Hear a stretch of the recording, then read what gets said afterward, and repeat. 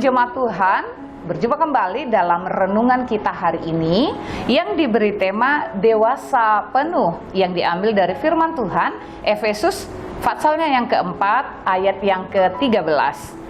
Sampai kita semua telah mencapai kesatuan iman dan pengetahuan yang benar tentang anak Allah, kedewasaan penuh dan tingkat pertumbuhan yang sesuai dengan kepenuhan Kristus.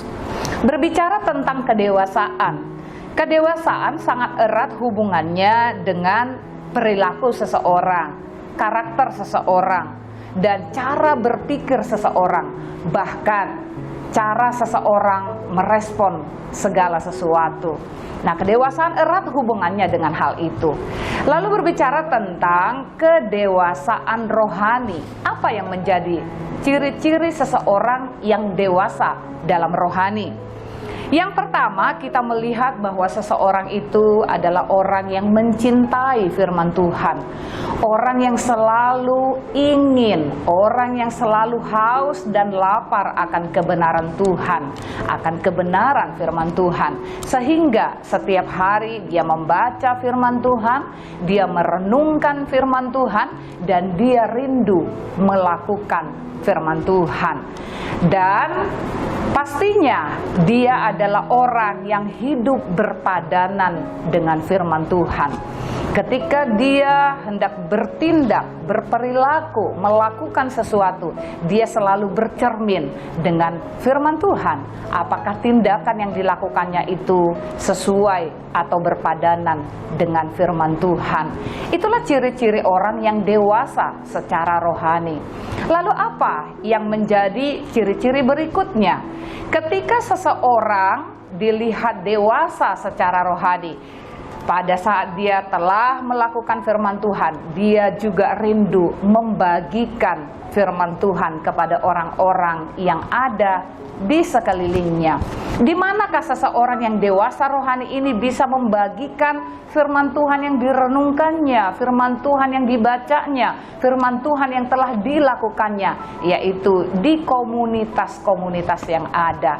Jadi ciri yang kedua dari orang yang dewasa rohani adalah dia membagikan firman Tuhan, dia ada dalam komunitas, dia bertumbuh di dalam komunitas, bisa membagikan hidupnya di dalam komunitas-komunitas yang ada.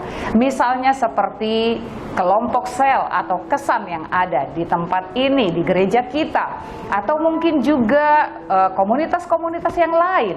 Dia bisa membagikan firman Tuhan di sana, firman Tuhan yang dia renungkan setiap hari.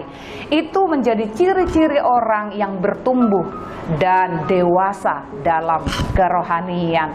Saya percaya seluruh umat Tuhan yang ada digembalakan di Gereja Bethel Indonesia New Life Community, orang-orang yang dewasa secara rohani.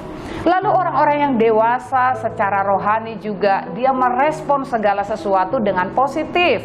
Artinya merespon segala sesuatu dengan firman Tuhan.